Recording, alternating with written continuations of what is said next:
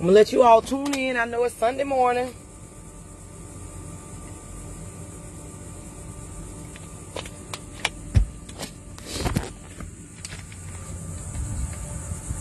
I just finished my morning walk, and I decided I'm gonna go live for a second. I have about a 15-20 minute gap in my schedule. I'm right here at the library, Northwest Branch Library on Edgewood.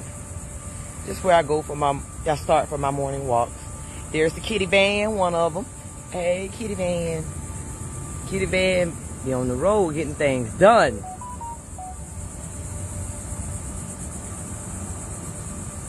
So this is where I am.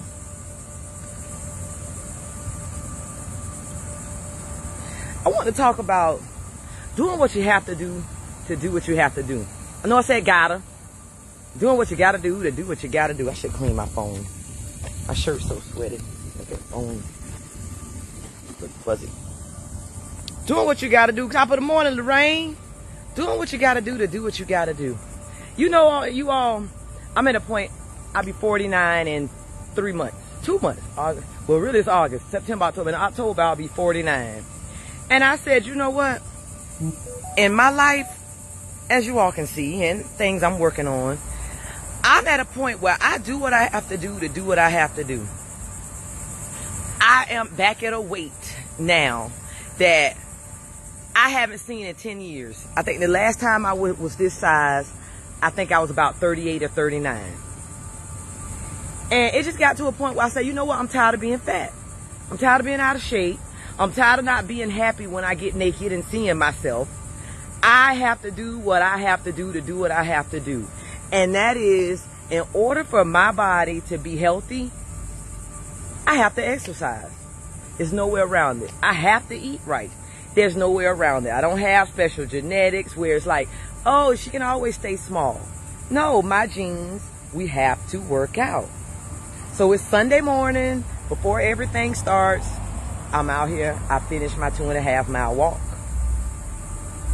I'm eating healthier. I'm exercising. That flows over to my business. Because when you make a commitment to yourself to do something and you break it, you mess up your self-esteem. Then you continuously do it and break it, it messes you up. What I found is when I make a commitment to myself and I stick to the commitment, my self-esteem grows. When my self-esteem grows, my self-confidence grows. Because what happens too is, like right now, I feel better. So even though I'm doing this, let me go back to the van. When I put on my clothes, I feel more self-confident. When I feel more self-confident, I'm apt to talk to more people. I'm apt to go more places. I'm apt to really show people my true personality. You get what I'm saying? So often we're very smart on the inside, but physical things hold us back from the greatest version of ourselves. And for women, often physical. When you don't feel confident in the clothes that you wear, when you don't feel confident naked, when you don't feel confident saying that, dang, if I put this on and I go stand on stage and talk, you start feeling like you're going to squirm. You end up holding yourself back and not giving people the very best God-given version of yourself. And everyone deserves to get the best version of you. So doing what you got to do what you got to do, that transcends different things. That's health-wise, that's financial-wise, that's business-wise, that's at your work. Do what you got to do what you got to do. I listened to a podcast, and I actually take a mentorship with her, with Donnie Wiggins. She did a podcast maybe about 3 months ago, 2 or 3 months ago. She said, are you doing your best or are you doing what's required? You get so many people telling you, I'm doing my best. Your best is a D. If you study, your best can be an A. So doing your best is not doing what's required. If I go into an engineering class right now and they give me a test, I'm going to do my best to pass it, but I have never taken engineering.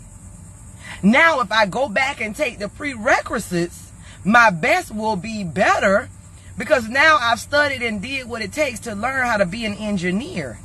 You get what I'm saying?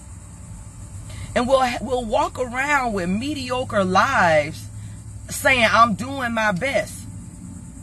But you're not doing what's required to actually give us the version of the best self, the best you. You get what I'm saying? And most of it is growth in the process. We want the flat abs, the nice butt, the toned arms. So going to get it from the doctor is not a process. Not saying nothing wrong with it. I'm not saying that. I'm just saying it's the person that it takes for you. You have to become, you have to become a different person to do it. You get what I'm saying? And it's the person you become in the process of being the best version of yourself. Like today on my morning walk, I'm listening to a guy, he talking about neuroscience. And the reason that I'm listening to him talk about neuroscience is because he's talking about rechanging, reprogramming your mind. And he's actually talking about how it works. We all know that it takes 14 to 21 days to change a habit. But he's actually talking about why it takes that and how to do it. So I'm listening to a neuroscientist talking about reprogramming your mind so that you can have a better life, or the life that you desire. But the person 2 or 3 years ago wouldn't even listen to. Sorry, y'all, my phone going out. I got text messages. I wouldn't have been that person 2 or 3 years ago to listen to a neuroscientist. I would have thought that he was over my head. And his entire podcast, I'm right there with him. Yes, he's talking about some in particular things, but I become the person that's opening to listen to a neuroscientist tell me why it takes 14 to 21 days to reprogram the mind. The person a while ago wouldn't have. I would have thought a neuroscientist was just way over me. But the person that I am now, nobody is over me. They just studied different paths, and I can learn from them. So I don't shy away from listening to what they have to say because I automatically think that it's above my grade, my pay grade. I listen to them to learn. You get what I'm saying? Doing what you got to do what you got to do. And y'all, I'm going to tell you, I've always, ever since about 2015, listening to books. But the more I listen, the more I learn, and the more I know that I don't know. Like, remember Erykah Badu? She said, a man that knows something knows that he knows nothing. So, I feel like I'm that man that she was talking about. I know something, but because I know something, I know that I know nothing. And I'm constantly learning, listening. And that's another reason that I go on my morning walks. I go on my morning walks because, first of all, it's an hour to myself. I don't have to answer a phone call. I don't have to talk to anybody. I don't have to do business. It's to myself. So I can truly cut my headset on, turn my headset on, and listen to anything uninterrupted. That's an hour worth of growth right there. Secondly, it works my body. So my mind is getting fed and my body is doing better. I need both of them to function. I need both of them to be the best version of myself. I need both of them to be top level. I need my mind to be top level. I need my body to be top level because my body has to support my mind. I can't have this high blood pressure, bad leg, out of shape body with this sparkling mind because I can't get to where I need to be. I can't have this super bad body and this dumb mind. Mindset matters, you know what I mean? Like, she look good, but she dumb as a box of rocks. That's useless. That's like, might as well just be non-existent. Because eventually what'll happen is you can look good and be dumb as a box of rocks, but you will definitely be replaced because in time, everybody gets older. So that 25-year-old girl that's sexy and all the guys want her, Eventually she'll be 35. And then she's still dependent on just body. And now next thing you know, it's another little 25-year-old girl that's done came and replaced her. You get what I'm saying? But forget about that. But this is right here. Like I'm sitting in the van. I have to go by the house and get some sheets for one of the Airbnbs. I need to go up to the Turo hub, do a couple of things, and then I need to go turn one of the Airbnbs over. So we have somebody checking out at 10, somebody checking in at 3. Then I'm going to line dancing with my mom. I'm taking my mom to James Lee line dancing. He have line dance today at 4. And then at 6:30, my daughter graduated from nursing school, you all, and she is licensed. She passed the NCLEX on the first try. So we're going out to dinner at 6:30 for her birthday. So I have a full day. But I make it a point to always get my time in regardless. And let me tell you about my yesterday. Yesterday I worked out, turned over an Airbnb, and then got home about 2:30.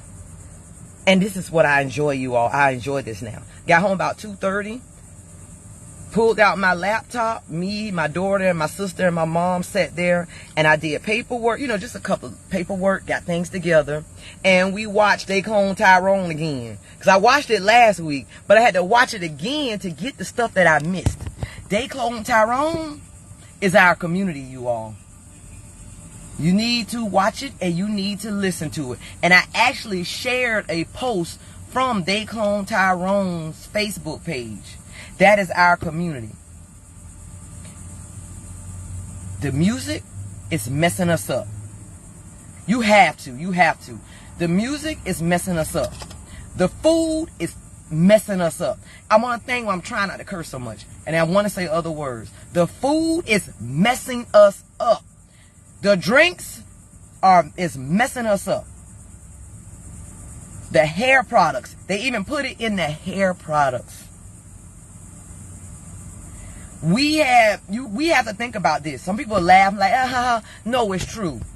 The music they play on the radio, messing us up. Back when I was growing up, remember? We had Cosby Show on A Different World. We had shows about family, wife, husband, kids. Everybody loved the Cosby Show. Then that helped us. Then we had Different World where Denise left the Cosby Show and went to college. So we have a whole different world going on about college. We don't have nothing with black families anymore. We don't have anything about going to college. Even though we still have black families. And we have people filling up Florida A&M University, Bethune-Cookman University, Edward Waters University. But we have no shows about it because they're trying to get to our mind. But yet we have city girls all over the radio. Act up, you can get snatched up.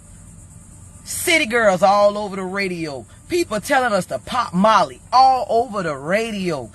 Feeding that to your children. The food process. Parents don't want to cook nothing. I'm too tired. You too tired and you let your kids eat this crap. You letting them listen to the crap and you letting them eat the crap. Then you taking, putting perms all in their head way before time. And now their hair can't even get to the right texture. You get what I'm saying? It's our fault. It's nobody's fault. It's our fault. Ours. We allow it. We allow it. We let them get on that idiot box called a TV and won't pick up a book and then wonder why little Johnny can't read. He doing what he watches mom and daddy do. Mom and daddy never pick up a damn book. If mom and daddy never read, why would he read? He's learning from an example. If he can't read, you can fool him. Because you can tell him anything because he can't read it for himself, nor does he have a desire to read. Ignorance running rampant through our community and through our schools. We depend on the school to teach our children everything, as if we can't pick up a book and help our children learn. Ignorance. That's why I love They Clone Tyrone. Y'all got to listen to it. You got to watch it. Because Jamie Foxx, he got some one-liners on there, y'all, that's going to have you rolling. They sit in the car. It's the guy that's driving, Fred, whatever his name with an F. It's Yo-Yo the girl. She's a hoe, and he a pimp. And he tells Yo-Yo, he said, "You a hoe, entrepreneur. I'm an entrepreneur." So when y'all watch it, I suggest you watch it with closed caption on, because you will miss a lot of stuff because they talking real fast. Somebody passed the plate she having church. I am. They talking real fast. So what me and my family do is, and this helps us with our reading skills, everything we watch it with closed caption on. So that way we can read it and catch it. But he's talking about, you a hoe. I'm an entrepreneur. He a gangster. And it just go over so fast that you'll even catch it, because he's a pimp. He said he an entrepreneur. But I want y'all to watch it because that's our society. But the thing about it is, we are here to break generational curses. We are, if you don't see nobody doing it, why don't you be the change of your family? Be the change in your community. That's why I let that wine go. Because I realize there's nothing wrong with drinking wine, and I don't want nobody to think that it's a bad thing to drink alcohol. I did not say that. What I'm saying is, I realize for me that I am not the best version of myself when I drink. And I owe it to my clients, in this order. I owe it to my family, my friends, and my clients, and the people who are 7 degrees separation of me, to give them the best version of myself. And to give them the best version of myself, I have to work on me. That is hard. Like yesterday, when I got on the scale, y'all, and I was 173 pounds after being 209 pounds, I was so happy. The first thought came to my mind was, ooh, I want some rum punch. I love rum punch, but I like it when I go out the country. So I save it for out the country. But that was my subconscious mind coming back and saying, that's how you celebrate. You have alcohol. So I'm celebrating not drinking, but my subconscious mind said, rum punch. You get what I'm saying? So I have to work on that. Don't think that I'm doing miracles over here. Don't think that I don't feel certain ways. Don't ever think that. Know that I feel it and I go through it exactly like you do. Yours might not be alcohol. It could be sugar. It could be cigarettes. It could be cocaine. It could be anything. But don't think that I'm over here just, God gave me a special solution. No, what God gave me is His grace and His mercy, and taught me to be patient, and taught me to meditate in the morning, and taught me to give gratitude, and taught me to do things that help my mind, that help me work through that type of stuff. You get what I'm saying? That help me work through my triggers. There we go. Because you will be triggered. That was a trigger. I'm celebrating losing 36 pounds. A trip, one of the reasons that I lost it, one of them, was that I don't drink like I used to at all. But the trigger in my mind was, oh, you celebrating. You at 173 pounds. That's 36 pounds. You ain't been 173 pounds since you was about 38. And the first thing I thought of was rum punch. Oh, celebrate. Rum punch. So don't think that you won't get triggered. That thing it's embedded in there. But I knew better. But don't think I ain't think about it. I was like, ooh. Then I said, girl, come on now. Thanks for your transparency and vulnerability. Exactly. You know, the thing about it is, my self-esteem is not wrapped up into things like that.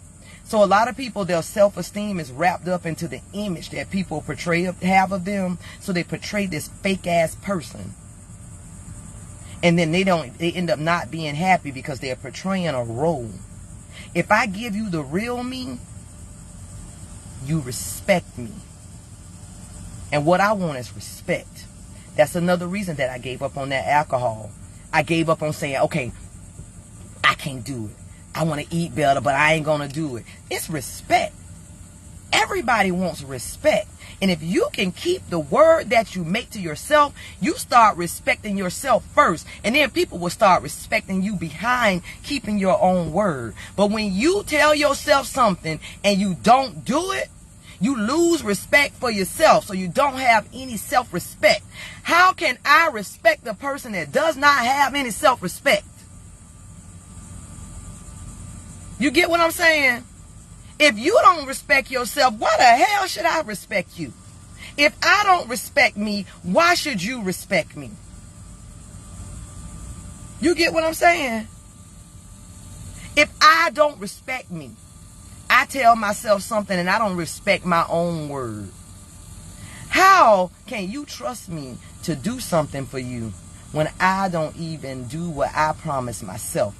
And in anybody's life, myself is more important than anybody else. So if I don't do it for me, why the heck ham sandwich would I do it for you? Think about it like that. It's retraining our mindset. Retraining how we look at things. And y'all, this 7 months has been a journey. But now it's like the hardest part was the first 5 months. Now it's like, okay, I'm in it. I'm feeling it. The thing is working. Oh, yes. I'm like on a, I'm like on a road. And at first thing I was pushing the car. The car didn't have no gas, but I know I need to get down the road. So I'm pushing the car. Along the way, I find gas stations. I find service stations that can help me fix the wheels. I find, it's like I got it. It's like I was pushing a raggedy car. But I got to get this car to the other end of the road. So I'm pushing the raggedy car. It's so hard to push the raggedy car, steer the raggedy car. But along the road, God started dropping gas stations. He started dropping service stations. He started dropping people walking along the road that could help me. But I had to start going down the road to find those people, because God wanted to know how determined was I to get down that road. Many people not going to push this raggedy car. But he wants to know, are you determined to get this car down the road? Because I said, Kitty, you got to get this car down the road. You got to have faith in me that as you go down this road, I will make it easier for you. I will put people and places in your path that will get this car, and this car won't be so hard and such a burden to get down the other end of the road. But in order to start, you got to have faith. In order to start, you got to have faith in me, Kitty. My faith was I started pushing that raggedy car down the road. Next thing you know, y'all, the car turned into, right now, the car turned into a Lexus. I done fixed the car up so much that the car is turning to drive like a Lexus. But I had to have faith. You know what? That's the end of the story, because I got stuff to do. But I just had to come on here live and say my wellness coach, Kitty Talk Sundays. I love you all. I'm heading home. Have stuff to do. Going to line dance at 4. Going to dinner at 6:30. I love my life. I love myself. And I want you to repeat that to yourself. I love myself. You don't have to be where you want to be, but start where you are. Fall in love with you so that you will do the best for you that you need to do. Fall in love with yourself. Once you fall in love with yourself, you want the best for yourself. You will get people out of your life who aren't contributing, who are pulling, who might just be there, but they just floating around. You'll get them out of there too. Make room for other things. You have to get people out of your life so that God can drop the right ones in your life. You have to get that weight off of you so that you can feel and be the best version of yourself. We have to get rid of that high blood pressure, that high cholesterol. But in order to do that, we have to work on ourselves. The hardest part is to work on yourself. You get what I'm saying? Open yourself up so that God can let the blessings of your life flow abundantly.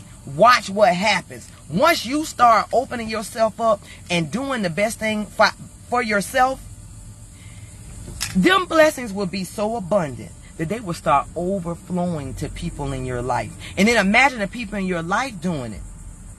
So if the blessings that I have overflow to my daughters and my brothers and my sister and my mom, when they do the best for themselves, their blessings overflow to me. So now instead of a bucket of blessings, we have an ocean of blessings. You get what I'm saying? So what I do is, I'm very spiritual. Very, very spiritual. I believe that God teaches us what we need to do to die, because nobody want to go to hell. But he also teaches us what we need to do to live. That's the part that a lot of churches do not teach.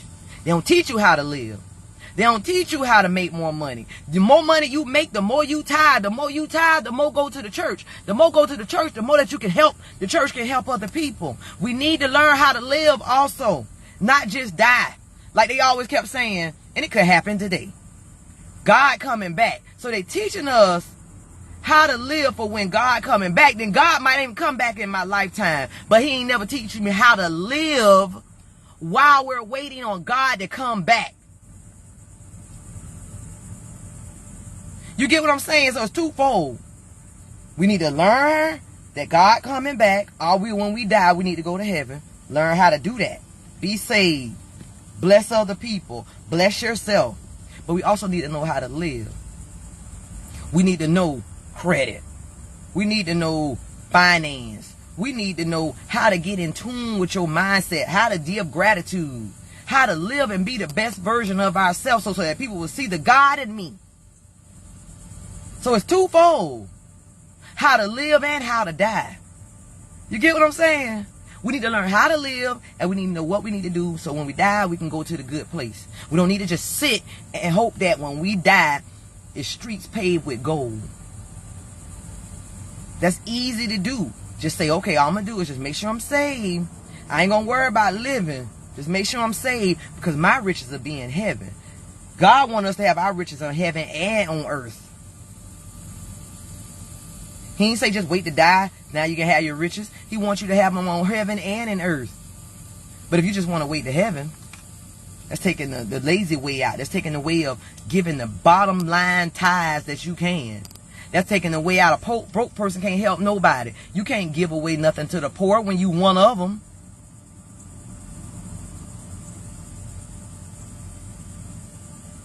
I repeat that. You can't help the poor when you one of them. You so busy trying to figure out your bills that you can't help this poor man over here.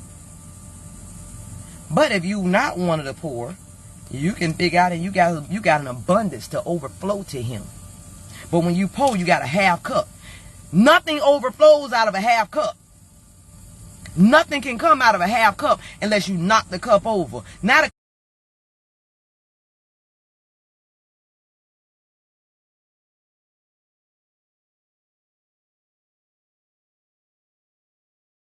about that. I got to go on and do what I got to do. So I'll talk to y'all later. If you want to book a wellness coach session with me, my link is in my bio. So I am a wellness coach also. I'm a business coach and I'm a wellness coach. I do Turo, cleaning, general business, and credit. Credit, I do mentorships. I do not repair credit. I teach you how to treat your credit and everything about it, how to do it. Like I teach you about the 30% rule. I teach you about close date versus paid, versus payment due date. All of those things that you need to know to function your credit correctly. But I do not repair credit. So I do that. That link is in my bio. My wellness coach link is in my bio. I'm here. Hey, Lorraine. I want y'all to think about that. Pass it on to your family. If you hear somebody say, oh, I need some help with my business. It is a cost. It is $275. And some people are like, ooh. And $275 is like, a steal. Like I really should go up. And I probably am, because it's like it's so low that sometimes, you know, sometimes things can be so low that you wonder why they so cheap. Like, just like me, I don't shop in Harvey's. I could, but I don't like it. I don't like the way it looks. And it might be it is less expensive than Publix. But I'll run all the way to Publix before I go in Harvey's. Why is it so low? I don't like it. So I may go up on it. But I'm just saying, right now it's $275. It gets you started. Even if you're not ready to start the business, take the course, so that when you do get ready, you already got some things in your mind. And it's hard to get ready to start the business when you know nothing about business. So you're like, dang, I want to start this shoe shop. Y'all, I want to sell some shoes and da-da-da. But you don't know nothing about an LLC, how to do a business bank account, how to run the business bank account, all this kind of stuff. That's what I'm here for. That's my superpower. I helps. I'm here to help. I do offer where you can pay $125 deposit and then pay the other portion the day of the mentorship also. So I do give you a payment plan, and you can use your credit card or a debit card. It's all done through the website. So I'm out of here. I got a couple of things. I got stuff I got to do. Talk to y'all later. Thank you, Tasha.